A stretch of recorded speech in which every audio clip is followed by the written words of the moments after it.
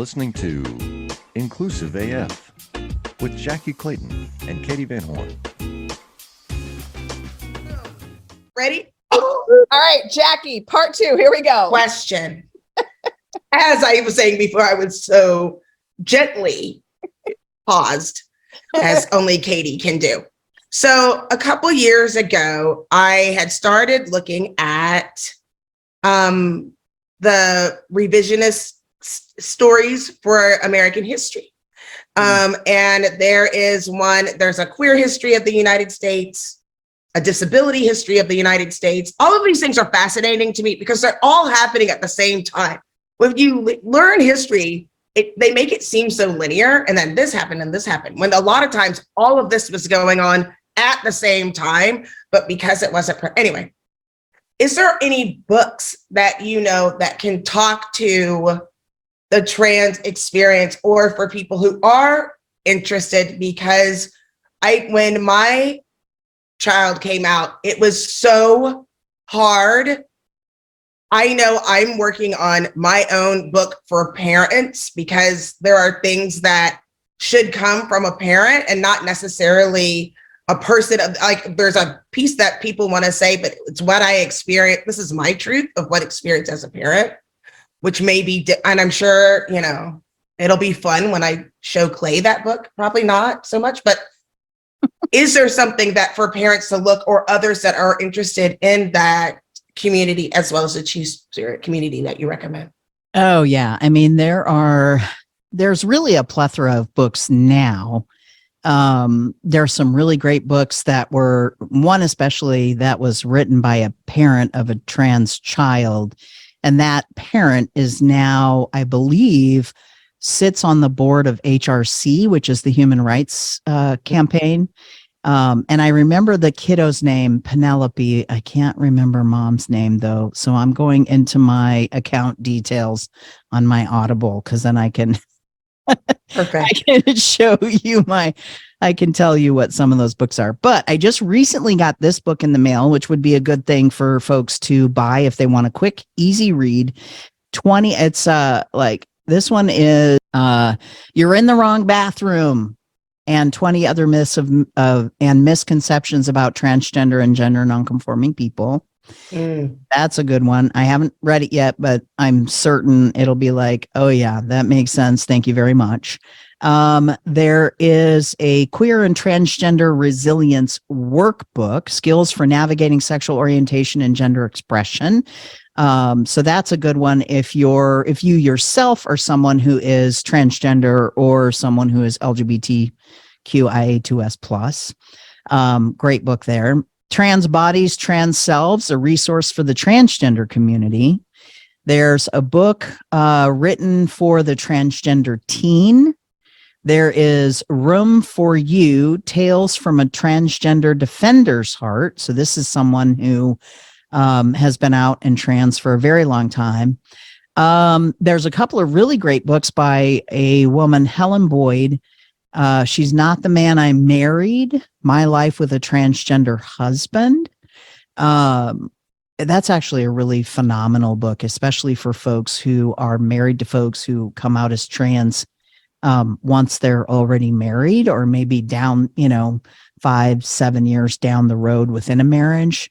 Let's see here. There is the Decolonizing Two-Spirit. Let's see here. What is that other book?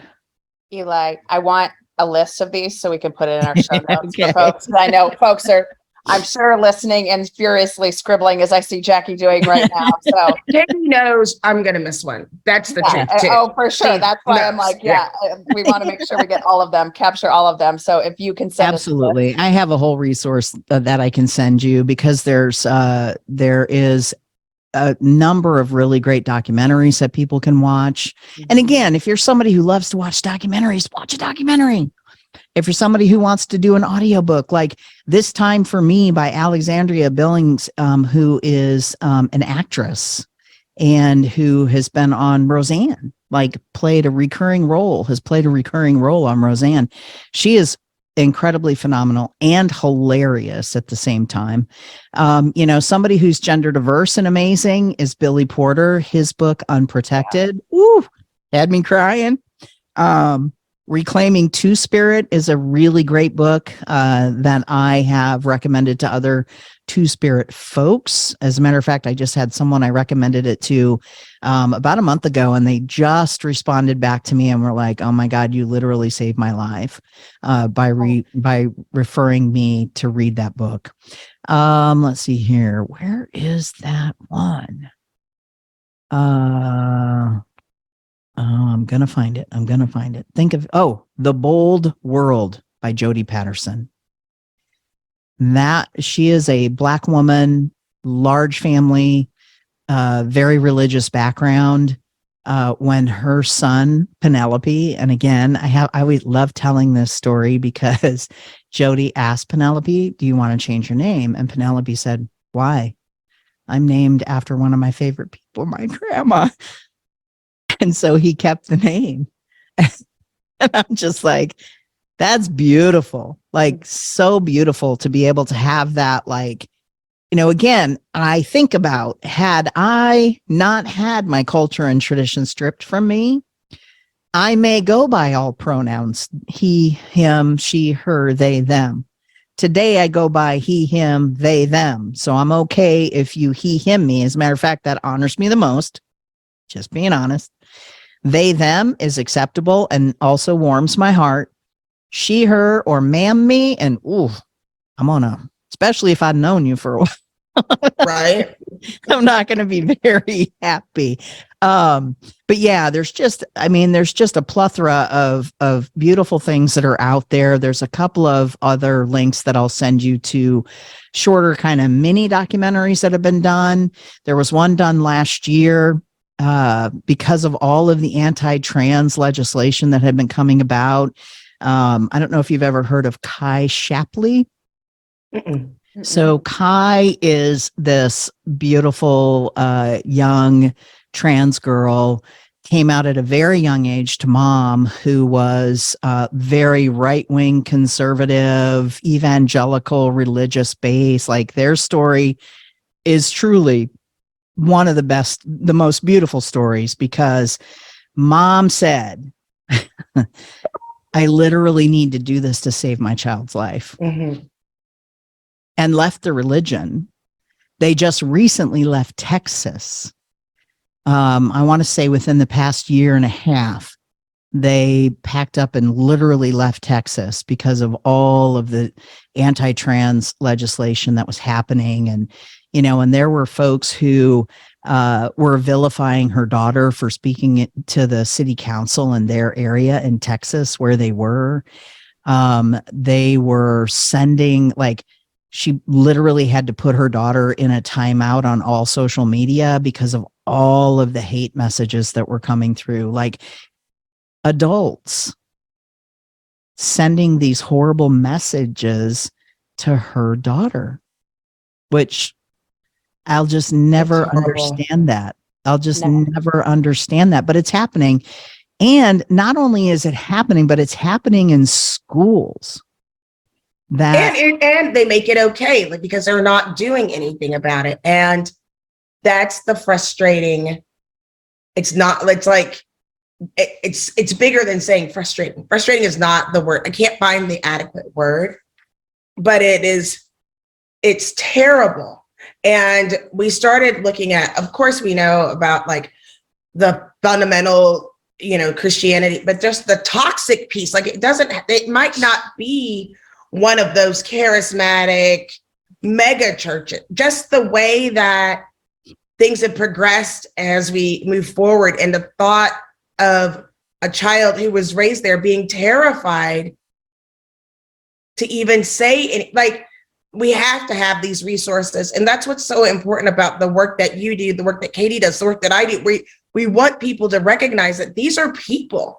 It's real easy to not expose you. We want to expose people to as many people of normalizing differences instead of normalizing all same, so that you can open your heart more to people that are different than you. Yeah. And just like, because you can't be your best self when you're still worried about that. I mean, Katie knows the company that I work for. offers reload for anyone who wants to leave Texas, for anyone who wants to leave a state because of the legislation. Our company will pay to reload. I'm in Texas myself. Wow.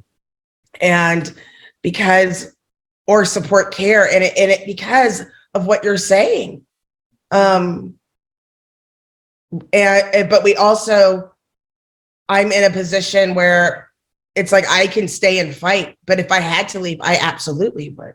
I absolutely do not discredit anyone for leaving, because people just want to go to school and just have a job and take care of their family and walk their dog in the sludge without feeling a fear for their life. Right. And, you know, when you think about this, so last year, the Lincoln City Council had been working on an ordinance, and they were basically just updating the non-discrimination policy to include gender identity, gender expression. Mm-hmm. Well, there was all this backlash and all of this, like, you know, the community coming forward and saying, oh my God, this cannot be happening. There was a trans man, early to mid 20s, who had come and testified. And when they rescinded the changes that they made because of the backlash from the opponents of these things happening, he died by suicide. He was so disappointed already. Like, you know, here's another thing that I think people need to understand. I personally don't need therapy, but I go to therapy because I know that my head, just like my heart, is an organ in my body that needs help. Mm-hmm. Like, I got to process through some of the things that I think about. I need to bounce it off of some other wall. And it's like, I can't just like expect my friends to offer that kind of space for me all the time, because we're all in it. Like, we are all up in it. And so I go to therapy, and I've told my therapist one time, I was like, you know, who needs therapy is all the people who think that I'm the one who needs therapy. Like, this is not a mental illness, being who I am. But then so what did I do? I'm the guy who does the research. So then I started researching in the DSM-5. Guess when being gay or lesbian was taken out of the DSM-5 under the category of mental illness? Just take a guess. 1983. Guess again. I have to say, it had to be like, really? It was in the 70s. Shut it. It was like 1977. I can get the exact date, but somewhere around 77, right? Guess when being transgender was reclassified, moving it out of being classified as a mental illness. I was going to say, I was going to say after 1990, right? And so here's what I think is really important to note.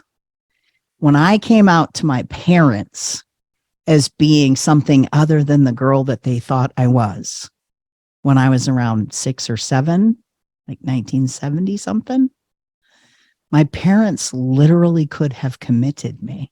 Mm-hmm. They literally could have committed me. And here's the thing. And that would have been reinforced by the Catholic Church. Exactly. To be clear. Yeah, sorry. And here's what I think is so beautiful. Like, I don't know, and I can't ask my parents now, because my father died in like 2001, 2002. He had lymphoma. And unfortunately, COVID took my mom. She was living in a memory care unit here in Omaha. And yeah, so COVID took my mom. But when I came out as trans, remember, the tender age of 50 in 2015, my mom was living in an assisted living facility. Now, we knew she had dementia, but she remembered more. Like, she could talk more about different things. And, you know, I couldn't really ask her what she had for lunch, because even if it was sitting in front of her, she couldn't really always connect the word lunch. Like, you know, I'd go to do her laundry once a week, and I'd walk in, and she and her BFF Shirley would be sitting there watching TV, and they're like, oh, hey, you're here. And my mom was like, oh, look, my kiddo is here, and be all excited. And then they'd be like, okay, we got to go check on Shirley's cat, which was like down the hall and around the corner. It's like, all right, I'm just going to be doing your laundry. And so I'd go do a load and I'd come back and I'd be folding her clothes. And then they'd come back 15, 20 minutes later and they'd be like, oh, when did you get here? And I'd be like, yep, just got Here we go again. doing your laundry, Mom. Anyway, so for giggles and kicks, right? So I really started to connect with what transgender meant to me after watching an interview with someone who I don't like to talk about because she's a horrible example of a trans person and should have never been given a platform. I'm sure you can all figure out who I'm talking about. But anyway, We can. I watched this interview and the next day I went to go see my mom and I'm sitting there with her and Shirley. And I said to Mom, hey, Mom, did you see that interview last night? Now, remember, my mom couldn't tell you what she had for lunch, even if it was sitting in front of her, right? But I thought, just for giggles and kicks, let's see what happens.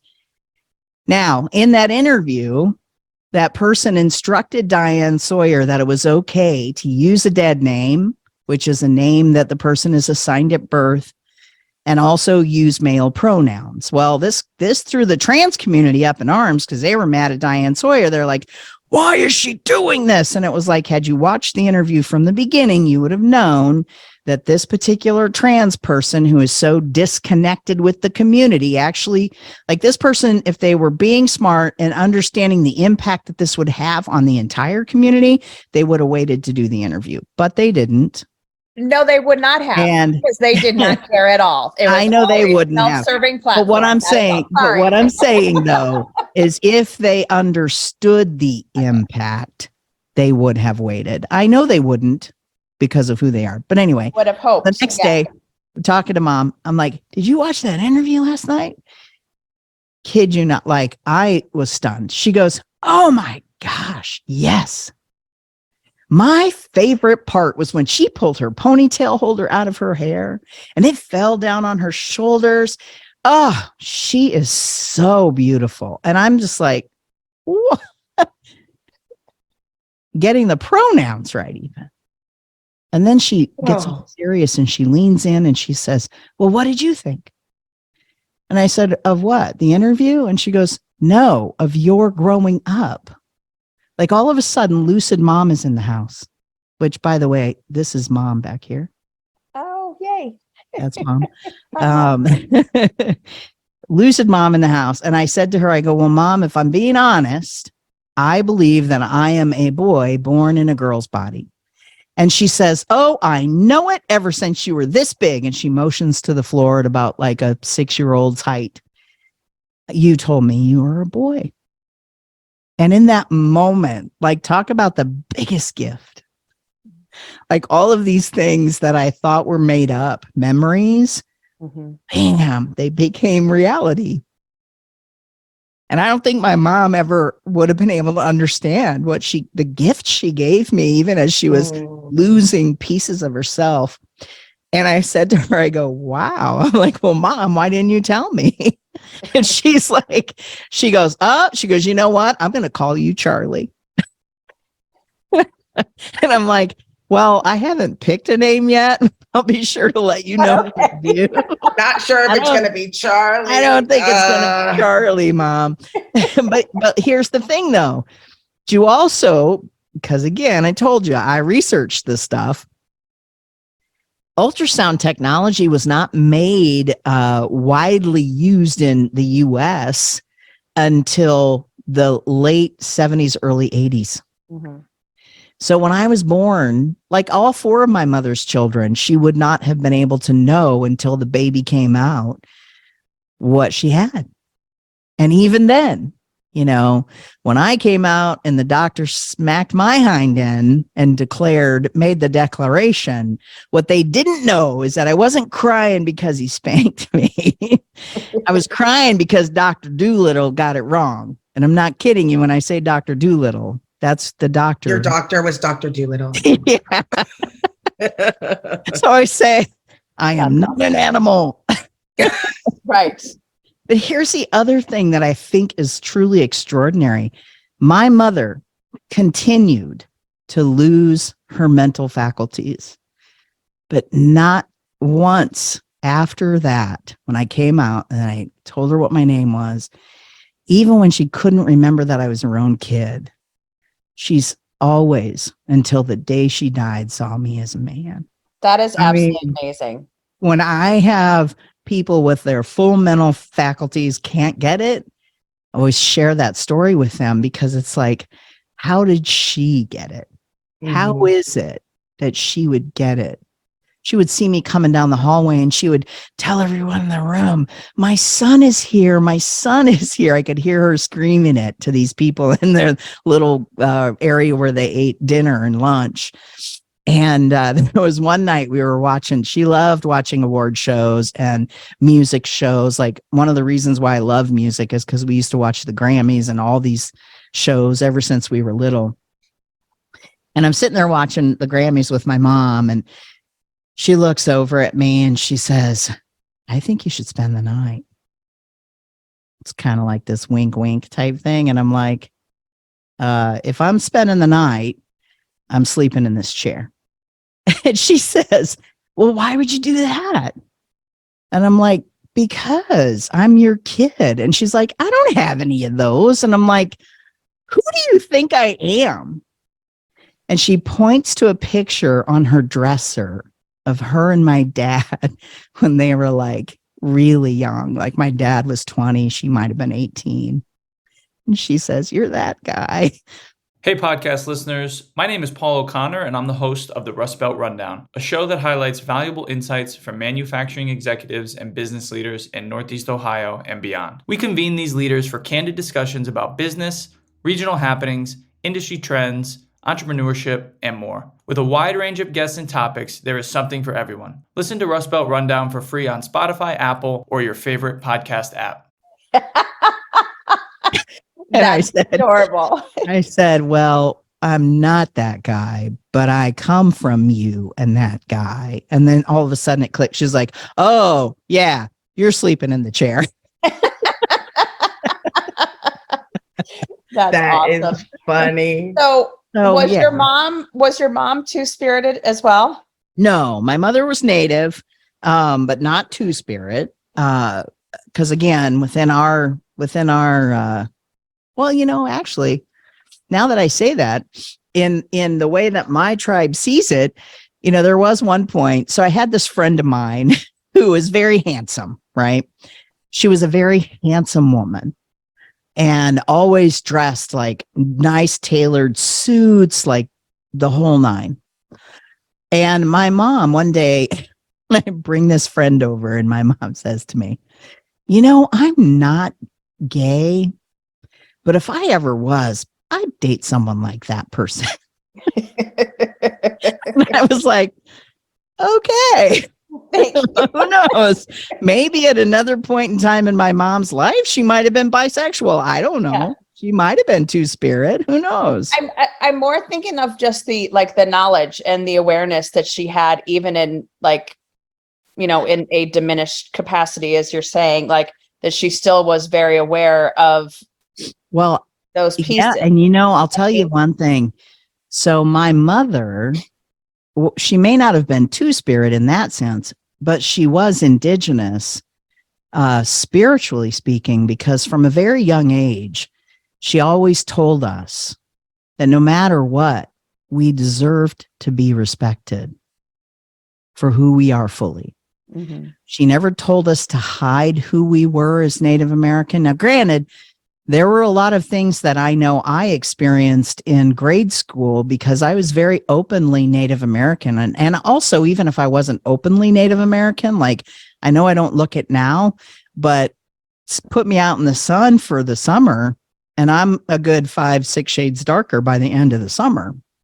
And that's, as a kid, I'm out in the sun all the time, right? And then you throw a white shirt on me because that's the Catholic grade school I went to. Oh, yeah. You throw a white shirt on me and then I really stand out compared to my peers. And so, my mom always used to say to us that we were no different than anyone else. She taught us from a very young age that if we didn't like everyone deserved dignity and respect, no matter their race, no matter the color of their skin, no matter what they believed in. Like she ingrained that within us. And I think it had a lot to do with the fact that my dad's mother, my grandma Sophie, I mean, may she rest in peace, but she didn't necessarily get it. And she was kind of mean to my mom because my mom was Native American. And there were certain things that she said in her uneducated mind. And granted, you know, I didn't find this out until many years later. And I want to say I was maybe around 13 or 14. And I finally was like, you know, every year grandma gives us these cards at Christmas, and it was a special thing. She would write each of us our own card, and then she would put, you know, like from when we were young until we got to a certain age, there was $1, and then there was $5, and then there was a $10 bill, and that was the highest it got. But I remember asking my mom very specifically why grandma's writing was the way that it was, because her E's looked like 3s, right? Certain letters were backwards, and there were certain things that were misspelled. And my mom said, well, your grandmother was pulled out of school in 3rd grade to work on the farm. And I was like, what an interesting, like, so then as I fast forward in my life and learn more and experience more about my grandmother, all these things start to snap into focus because she didn't have access to an education. She worked in a factory. She worked in Skinner Macaroni Company, which used to be a big factory here in Omaha, and I actually got my mom a job working there. And my mom worked there for almost 3 decades before she went back to school. And then come to find out, my mother was actually brilliant.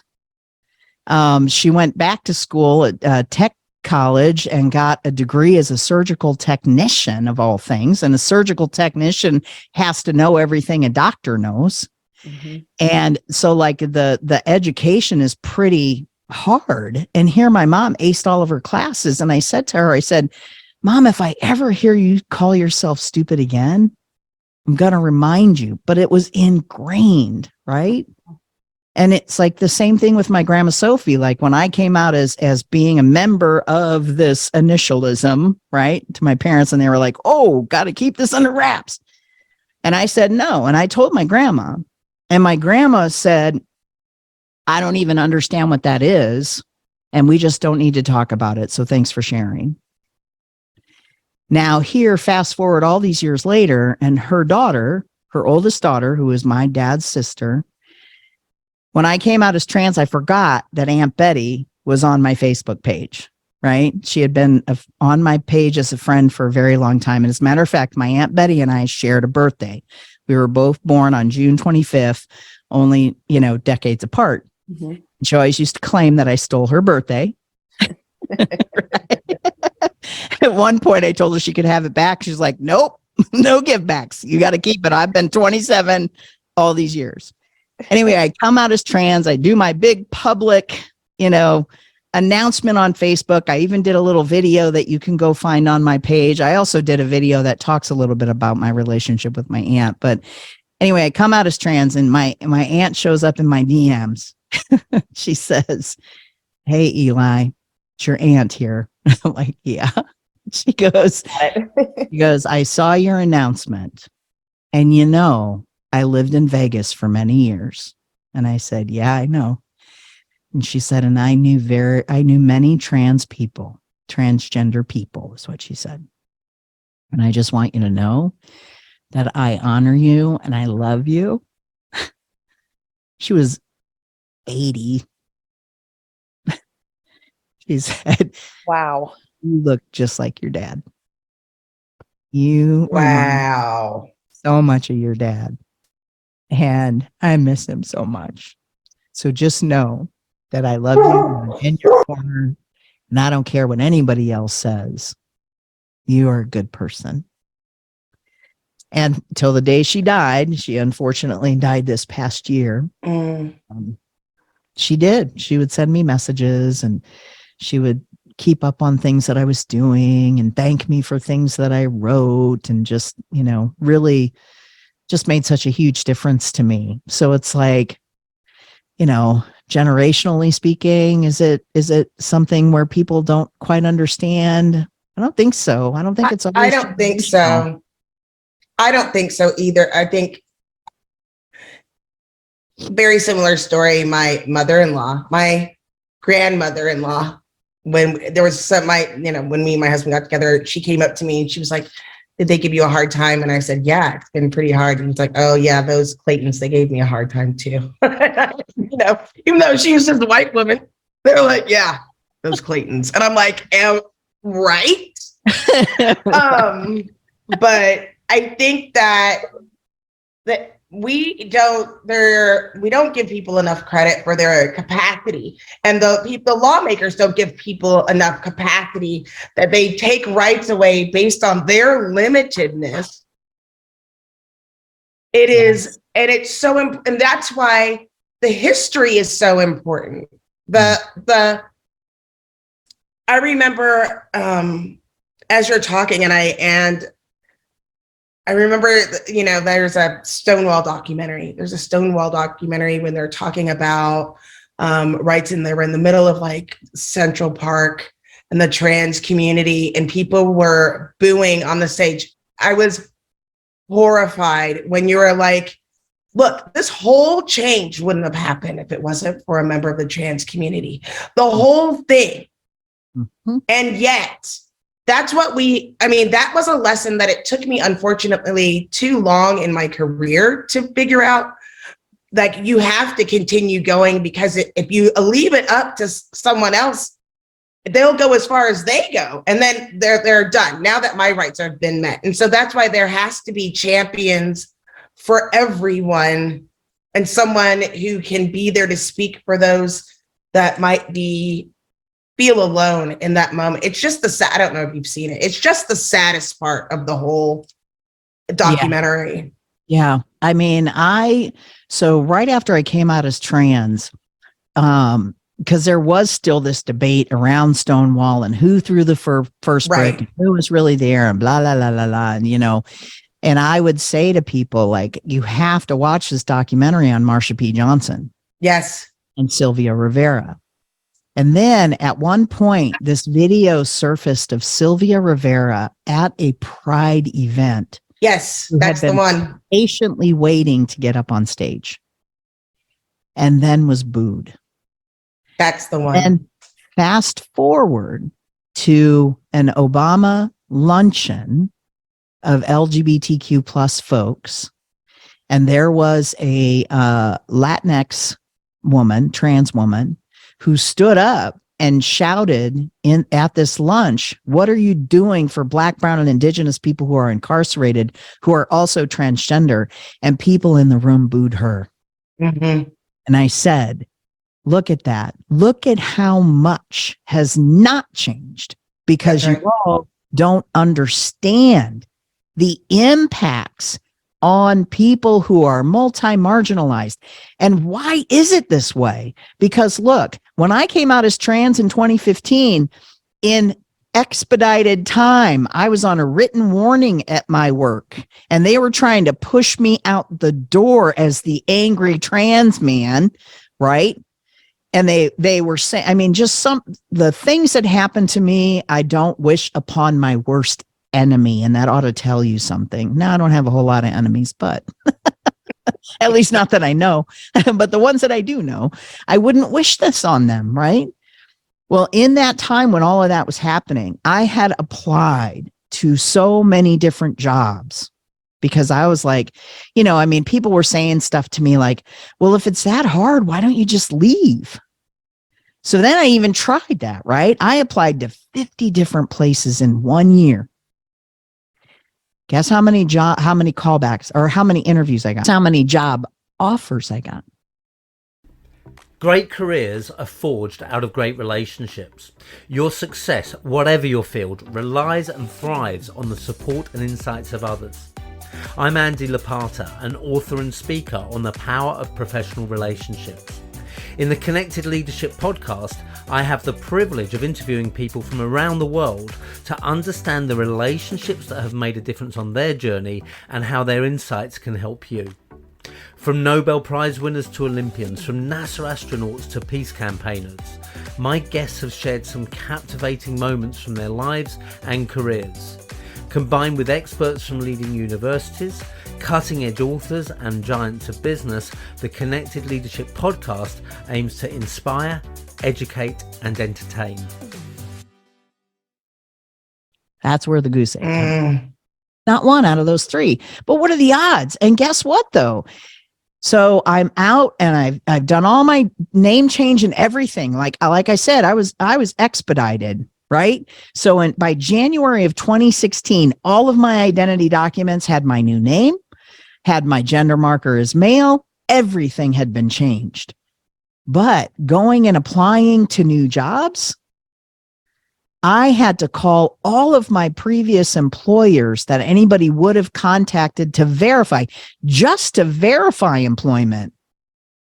And I had the biggest company, they called me right back. They were amazing. This was the local phone company here, used to be Quest Communications, now it's CenturyLink. Their HR person called me back specifically. Hey, we got your message about needing this change. Let's get some more detail around this. We want to confirm that everything's right. Made the change. Boom. No problem. I worked for a small ad agency here, run by a lesbian couple, mind you. To this very day, I actually messaged them in 2016. But to this very day, I have never gotten a response from them to verify that if anybody ever called to verify employment looking for Eli Rigatuso, that they would say yes, that they wouldn't give a stink about it, that it would be confirmed. Boom. I can't even trust that those women, because I found out later, they even lied about the nature of my departure from the agency. I left. I gave a 2 weeks notice. I thought all was good. They have lied to people since that I was a horrible employee, that I did this, that, and the other, that they had to let me go because of it, blah, blah, blah. And you know what? I know that. I knew that without knowing that until one day I ran into one of them and she happened to have had one too many cocktails and self-disclosed that she had done that. And I was like, damn. Of all the times that I'm not recording a conversation on my phone. Yeah. Because I could have sued their asses. But also, why? It's like, right. why? Why would they do that? That's like, I do Right. not understand. Like, what is your point? Like, what exactly are you getting from this that's in any way positive for anyone? Like, In you're the literally bottom, just being a mean, like horrible human. Yes. What is the point? and the bottom line is they didn't pay me well. I wasn't even making $25,000 a year working there. And that was in 2014, 2013. Dude. And with my knowledge and experience, like that was the other thing that I had to work through for myself, because I've always been at the fringes of these different, intersecting identities. And so I have been hired in at a rate lower than other people, like the job I'm working at right now. I mean, I came in as person assigned female at birth. Well, and I got a wage equal to that, right? Because a guy getting the same job, being offered the same job, same qualifications, was making $10,000 more. So it's like I have all these different intersections of identities. Like most people don't even think about that. Yeah, you're having a hard time at a job, quit and get a new one, or get a new one and then quit. No, it's just not that easy. No, It doesn't work that way. Yeah.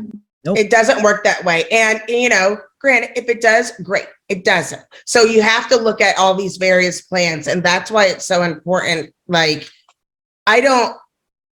for companies to get it right. When you are supportive of people, like, don't be patronizing. Make sure you're getting your messaging right. It's so important to allow, like, we strive so hard to make things safe. We want people to know. And so I know even my team gets frustrated because I'm like, where are you posting and where are you putting on these things? Like, we need people to know that there is a safe space.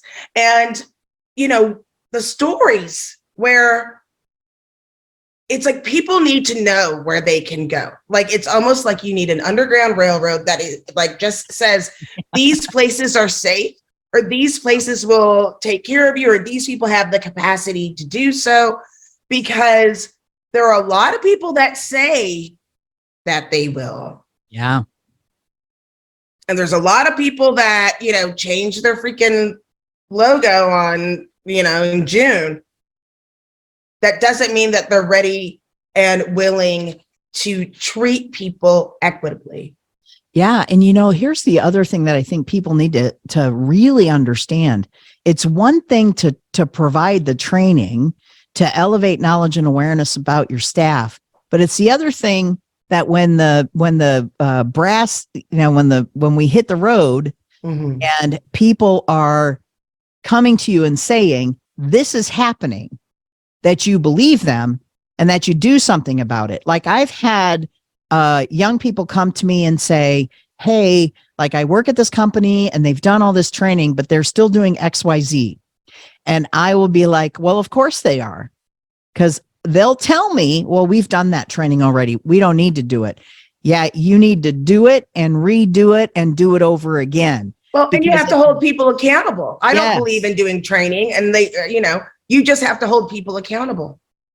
Well, I think that you do want to do the training in order to avert someone saying, well, you never taught me that, so how should I know? Listen, and then that is like, absolutely right. We, I'm proud of the work that I've done, but I'm trying to share with other people what we do is we make the systemic change that is supported by the training. Yeah. It's not just the training. It is, this is going to get you fired. Yes. Here are the resources for training. It's not just, oh, I got the training. Yeah. And you don't change the system. Right. And how do you know when it's time to change the system?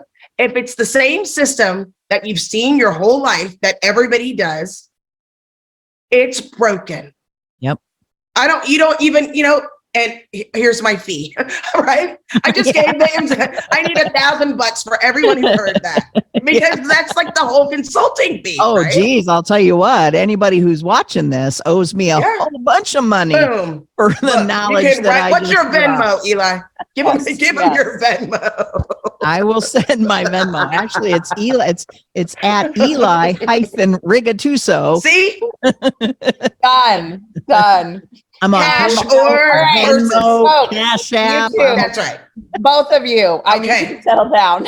Settle. That's right. Okay. So I would love for both of you to share, what is your one thing? What is or one or two things? What are the things you want to make sure folks heard during our 2-part episode? You want to go first? Yep. Go.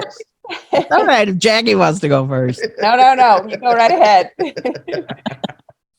I think, first of all, if anything was heard that I had to say that resonated and landed, I would want people to understand how truly detrimental it is right now to vote against this legislation that's being proposed across the U.S.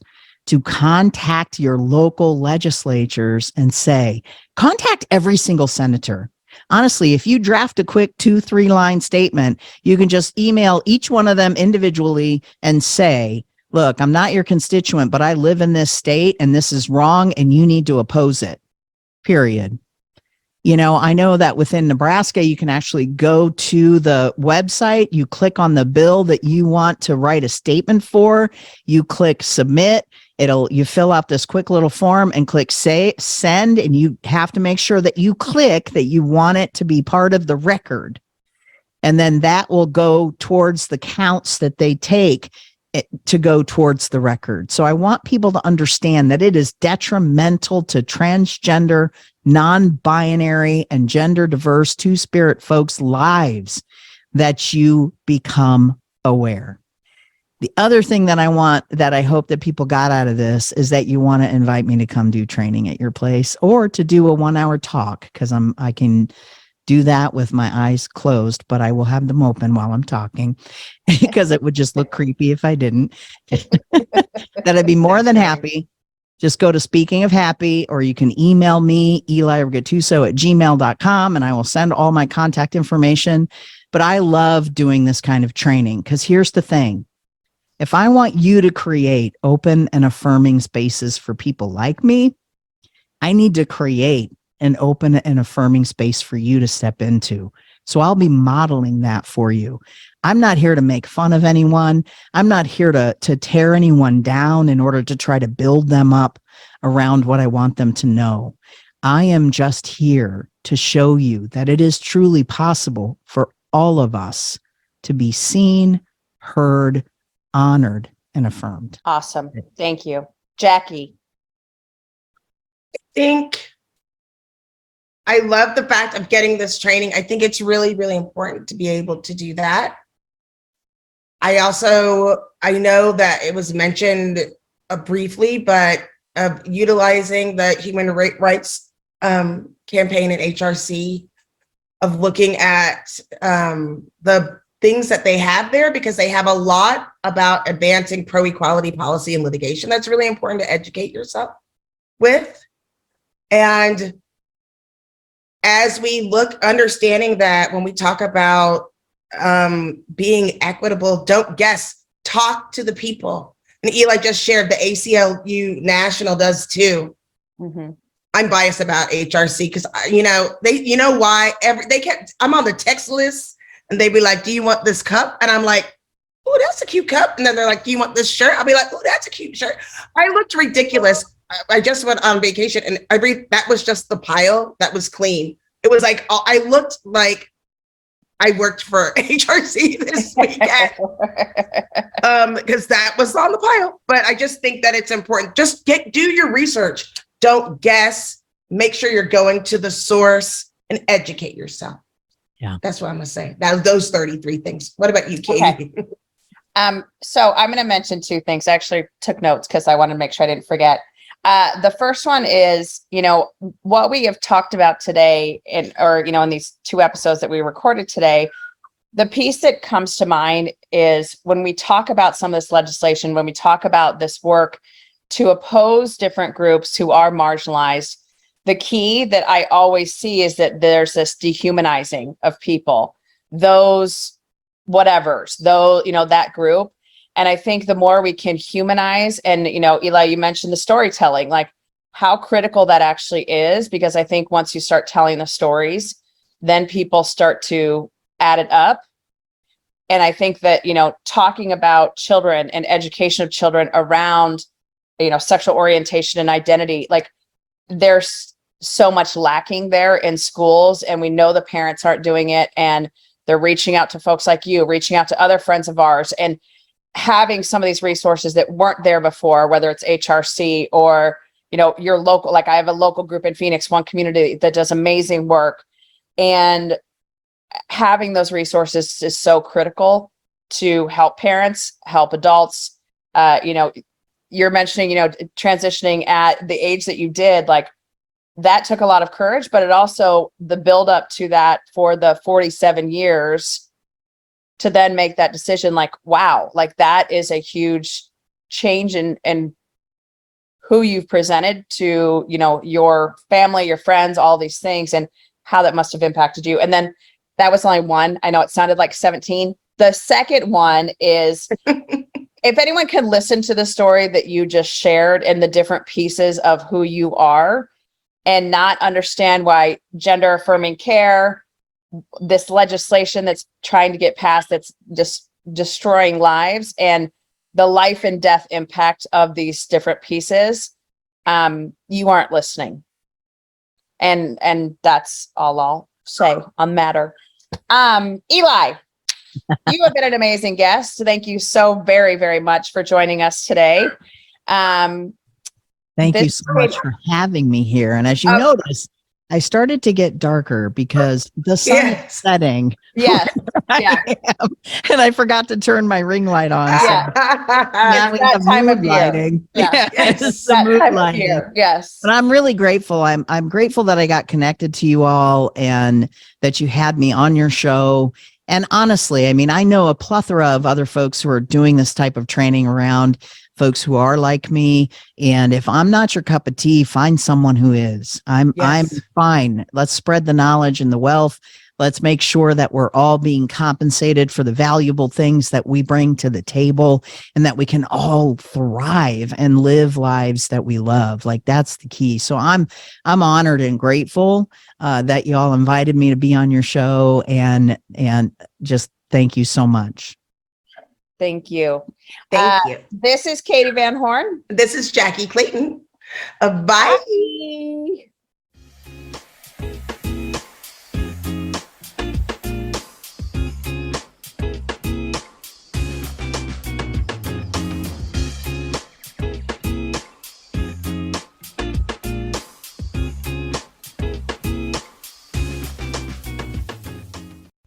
HR technology is a heck of a business. Investors are putting more money into it, employers are using artificial intelligence more and more, and analytics are applied to everything from performance to engagement to workforce planning. I'm Mark Pfeffer, the editor of the HCM Technology Report and the host of People Tech, the podcast that's all about technology and how HR puts it to use. Subscribe to People Tech wherever you listen to your favorite podcasts.